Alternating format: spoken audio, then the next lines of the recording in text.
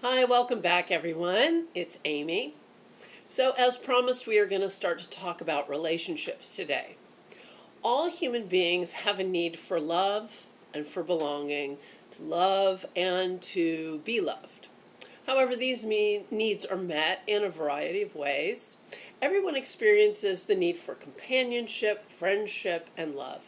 You want someone to talk to, someone to share things with, and someone to be with. And we also have a desire to be understood by others. What you need to understand is these relationships really start with you. You need to understand who you are. You also have to understand the concept of aloneness. Now, aloneness is not the same as being lonely. It's not the same as being isolated or being a loner. Aloneness is not a bad thing. What it is a matter of being self-sufficient. No one can think or feel or live your life for you. That is up to you. In the beginning, when we are infants, we don't understand this. We're unable to think rationally, and we don't understand the difference between self and non-self. You don't really understand where you end and where someone else begins. As an adult, though, you really need to understand that. This begins with an understanding of boundaries. This is where you end and the world begins. It is the idea of separateness. This allows you to interact with the world and with others without being overly dependent or controlling.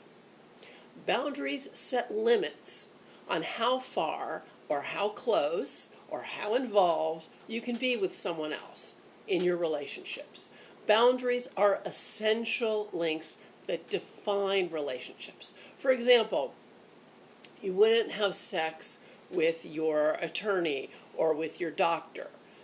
You would have to understand that that would be crossing a boundary. All right?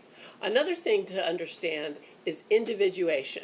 This is the basic motor and cognitive skills that you learn in having a personal and physical identity. This personal identity is the foundation of autonomy or of the self being independent. This allows for interdirection, self-regulation, self-responsibility. So again, relationship starts with you, with who you are, and what you believe about yourself. A relationship can only enhance personal identity. It is never a substitute for personal identity. Now that might bear repeating. Relationships only enhance you.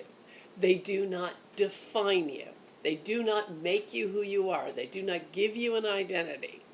This is a mistake that people often make, and we will talk about more of that in the next video. Relationships can suffer if you think your relationship that you have with someone else is responsible for your self-esteem. Relationships suffer when they create too much dependency, exploitation, domination, or subservience. Look at how the relationships you have now, look at how they have begun, or relationships that you've had in the past. Look at how they began. Did they happen very rapidly? Did they happen slowly? How did they normally progress? Are there similarities between the people that you have been involved with in your life? Now, you might have asked yourself a million times, who am I? You can define this through how you feel, how you think, and what you do. Once you have a grasp of who you are, once you understand your strengths and your weaknesses, then you really know what you can offer another individual. And only then can you really have healthy relationships. So next time, we're going to talk about a little more about relationships and about love. All right? So until next time, please subscribe to my channel. Feel free to get in touch with me through this channel or through Facebook, through Instagram, or through Twitter. And until I see you next time, be well.